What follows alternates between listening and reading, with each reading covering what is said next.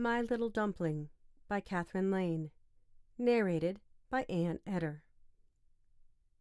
You need to eat. My brother's voice spun out of the speaker on my work phone.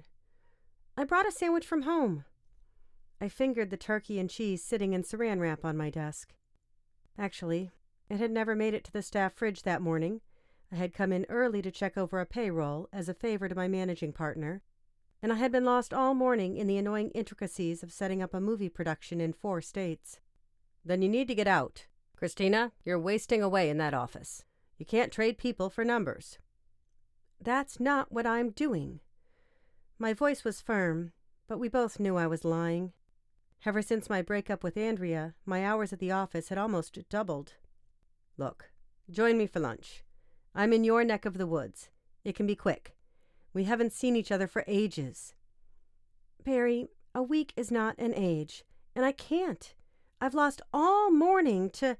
Come, and I won't tell Mom that you were perfectly fine when you told her you were too sick to go to Sharon's dance recital. You wouldn't dare. I would. I'll text you the address. Don't be late. He hung up without another word. He already knew he had won. My brother.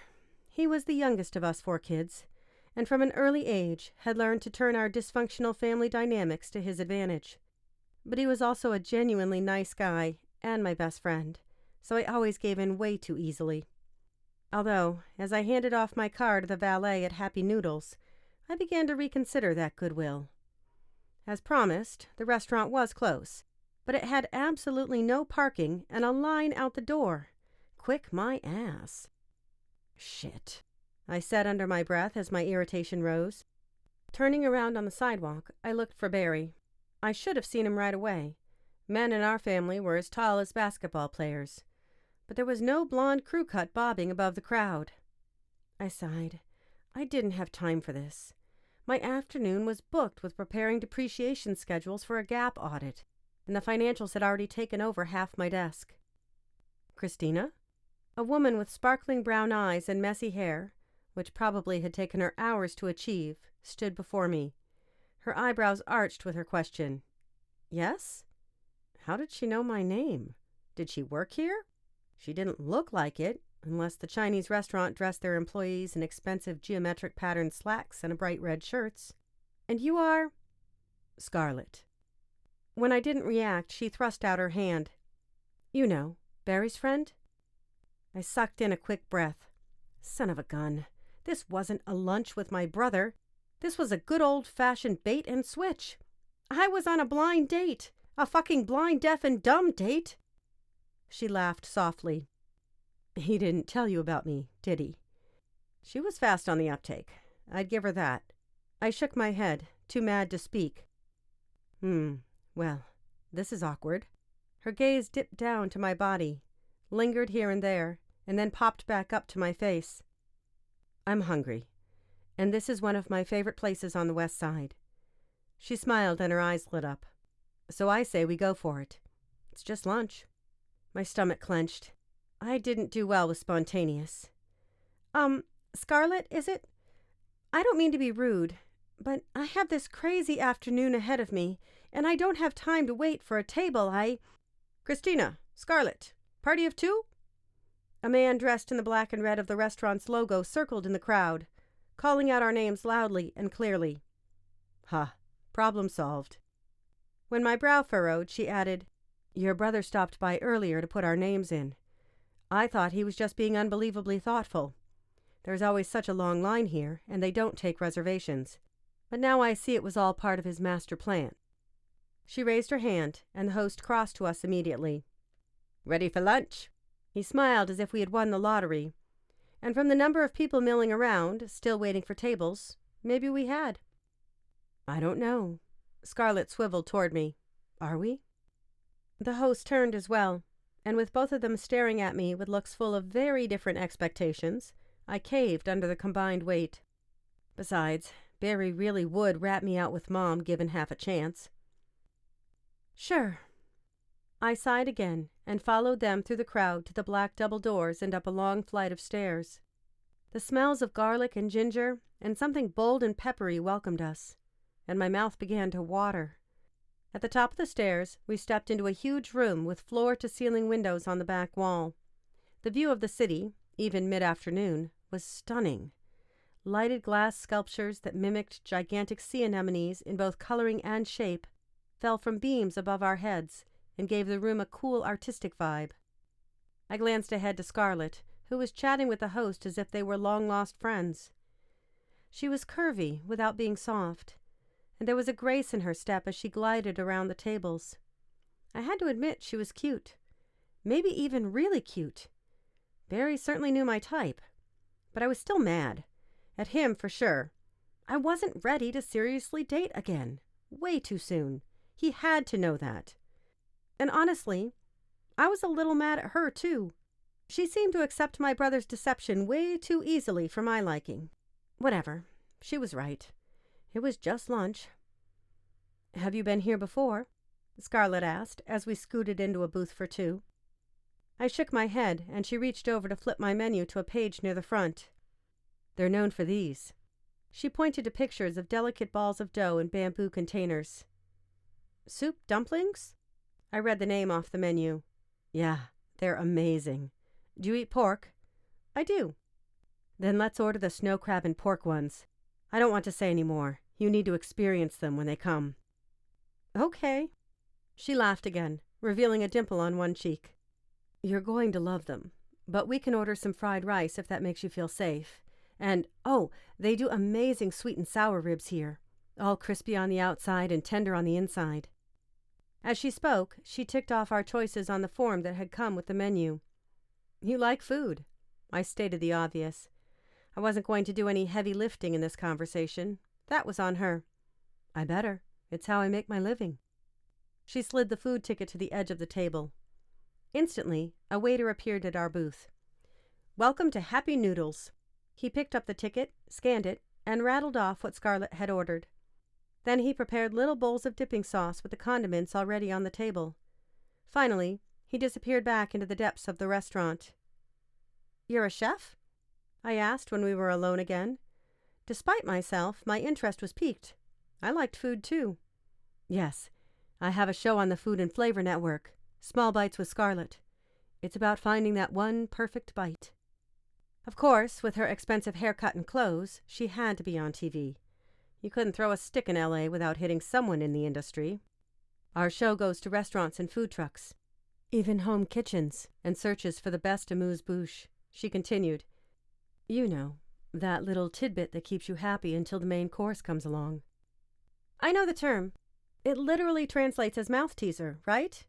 "Yeah, exactly. One taste that excites all your senses." Her gaze drifted down to my mouth. She licked her lips. Hungrily? No, that would be crazy. I must have just imagined it. But heat flashed along my cheeks nonetheless. Her look, whatever it had been, turned thoughtful. "Barry really didn't tell you anything about me?" I shook my head. She jiggled the small dish of soy sauce, vinegar, and ginger that the waiter had prepared. The pale ginger swirled in the dark liquid, and a smell both salty and sour rose between us. "Do you want to hear what he told me about you?" she asked. I nodded. I shouldn't have. But God help me, I did want to know why a TV personality had agreed to meet a boring CPA in the first place. I took a sip of water and relaxed my forehead, trying to look like I didn't care. "He said you were kind and funny and loyal to a fault. He said that you loved your job and that you had kayaks in 3 different sizes and colors in your garage." I nodded. All true. The kayaks were red, yellow, and orange. "And he said that you were hot." I nearly sprayed a second sip of water all over her. "He said that?" "Not really. But a picture is worth 1,000 words." She picked up her phone, tapped the front a few times, and spun it around. On the screen in full HDR, I sat poolside at my parents' house, my head tilted back and my eyes closed. My hair, longer than I wore it now, tumbled down my back and caught the golden light of the afternoon sun. I wore a striped one-piece bathing suit, which I still had, and was actually quite demure. But in this photo, it slid off my shoulder, revealing a little too much of one breast, and it also rode high on my hip. My legs stretched, long and lean, into the water. I looked like a blonde bombshell in a pinup calendar. What the hell? What was Barry thinking, sending a picture like this over the internet to a stranger? Not to mention, how the fuck did he have it in the first place? Andrea had sworn she'd deleted it over 2 years ago. Scarlett spun the phone back toward her and took another glance. You look twice as good in person. Tilting her head up, she locked gazes with me. As if I was stuck in a tractor beam, I couldn't glance away. You're way cuter with shorter hair. Yep, hungry was definitely what swirled in her irises. There was no doubt about it. Much more than lunch was on the table. The waiter saved me by placing a round bamboo basket between us. He lifted the lid and a cloud of steam rose into the air. Inside were little pockets of dough, pleated and sealed at the top. Thank you. Scarlett smiled at the waiter as he slipped a laminated sheet labeled, How to Enjoy the Happy Noodle Dumpling, by the basket. Oh my God, there are instructions? It's not that hard. Let me show you. I nodded, and she plucked the plastic chopsticks off the napkin. My brow must have furrowed. I have never been good with chopsticks. And Scarlett, quick on the uptake with this too, quickly dropped them back to her napkin. Let's do this the easy way. She grabbed a white Chinese soup spoon with its short, thick handle and positioned it over the basket. With her other hand, she plunked a dumpling from the container and deposited it into the deep indentation in the middle of the spoon. Your turn. She nodded at me. I, too, took a spoon, reached out for a dumpling, and hesitated. Where's the soup? I asked, staring into the basket. All I saw were a dozen dumplings shaped like teardrops on parchment paper. That's the surprise. She wiggled her spoon at me. Take one. I grabbed a dumpling by its pleats. It was surprisingly heavy for a little thing. The dough felt soft and warm under my fingers, and I held it for a beat before dropping it into my own spoon. Okay, so now you take a little bite out of the top. She bent her head to the dumpling and raised her spoon simultaneously. I watched transfixed as her mouth curled over the morsel, focusing only on her lips. They were full and probably very soft, and definitely the color of pink lemonade in the middle of summer. She bit down on the dumpling in a way that was somehow both delicate and forceful. And I felt it all. It was the weirdest thing. My mouth began to tingle as if she were caressing my lips. Goosebumps rose on my arms. My toes curled ever so slightly in my loafers. Delicious. Her voice was low and husky. A jolt hit me below my gut. What the hell was happening here? Now you do it, she said, and fixed her gaze again on me. I looked away. Did she have any idea what she was doing to me? I swallowed hard and raised my spoon. My lips brushed against the top of the dumpling. It was silky and warm. Slowly, I took its nipple into my mouth and nibbled. The folds of its skin opened. Swirling upward, steam escaped and caressed my lips. A symphony of aromatic smells tickled my nose. Now, suck on it. Just a little. Scarlett's voice drifted to me through the haze of my heightened senses. I did. An explosion of rich, hot broth hit my taste buds, completely unexpected but delightfully exciting. I relaxed into the moment and let the soup swirl over my tongue. Finally, hesitantly, I met Scarlett's gaze. I feared she'd be laughing at me. My reaction was too naive, or too intense, almost comical if I was being honest. But no. She looked at me with excitement in those sparkling brown eyes, as if she, too, had just eaten something delicious for the first time. Heat spiked through me, and desires that had been dormant since Andrea sprung to life. A smile curved on those delectable lips. That's the surprise. The soup's inside. It's like magic, I replied, unsure if I were talking only about the dumpling. She nodded, as if she understood both meanings. Finish it. Take the whole thing into your mouth. I did. The taste of savory pork and crab burst in my mouth, and the leftover broth caressed my tongue. Small bites with Scarlett. Suddenly, I knew what lunch was all about. or could be, if I didn't change the channel. I don't really remember the rest of the meal. The other dishes appeared on our table, and we must have eaten them too, because when the check came, there was nothing left on our plates. We threw cash on the bill folder, and the next thing I knew, we were outside handing our tickets to the valet.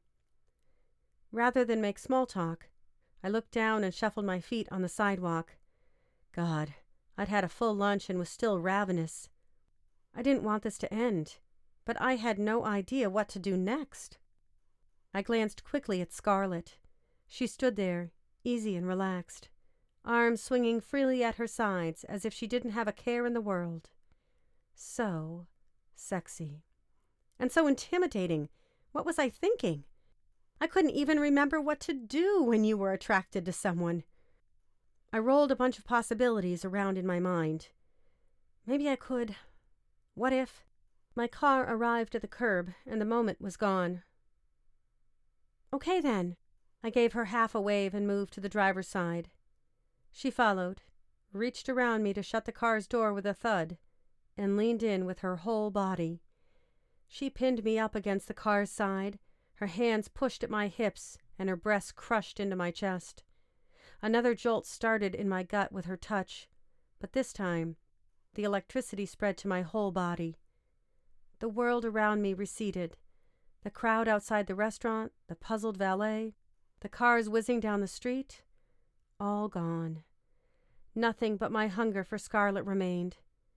She leaned in until our lips were only inches apart. I'm the tidbit that keeps you happy until the main course comes along. And with that, her mouth crushed into mine. The kiss was fast and fierce, and just a quick taste of all the pleasures yet to come. We're doing this again, right? She whispered against my lips. Yes. My answer was more moan than speech. Right then and there, I decided, next time it would be dinner at my house. And with a little luck, I'd feast on all her little dumplings. I wasn't ready to fall in love again, but I was ready for what Scarlett was offering.